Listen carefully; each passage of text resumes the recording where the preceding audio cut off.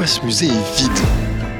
100 architecture japonaise en 100 jours, jour 38. Aujourd'hui, on est sur l'île de Teshima, devant le musée d'art de Teshima. Alors, il a ouvert en 2010 et il a été conçu par l'architecte Ryuei Nishizawa, un des 2 architectes du bureau Sana. C'est un bâtiment absolument unique. À l'intérieur, il y a en fait seulement une œuvre d'art et c'est le bâtiment lui-même qui en est l'acteur. Il est constitué de cette grande coque de béton blanc de seulement 25 cm d'épaisseur et avec 2 grandes ouvertures circulaires. Quand on entre et regarde le sol, on voit des gouttes d'eau qui perlent et glissent le long de la surface. C'est une collaboration entre l'architecte et l'artiste Rei Naito. Mais comment ils ont construit ça? D'abord, la coque en béton.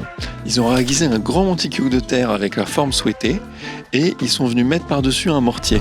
Ça a permis de fixer des armatures et ensuite couler ce béton blanc avec la forme exacte. Le tout en une seule coulée. C'est ça qui donne cet effet si pur sans aucun joint visible. Ensuite, il a juste fallu venir creuser minutieusement la terre en dessous et faire apparaître le bâtiment. Après cela, le sol va être réalisé lui aussi en béton brut, mais en laissant juste quelques trous par endroit, ce qui va permettre d'acheminer l'eau de source naturelle qui est enfouie dans les sols de Teshima. Et grâce à la gravité et à la pente qui a été réalisée, elle va doucement s'écouler sous les grandes ouvertures et ainsi fusionner. Le tout est une forme d'œuvre d'art qui invite à la contemplation. Il est interdit de filmer à l'intérieur, donc pour vivre l'expérience, il faut venir en vrai.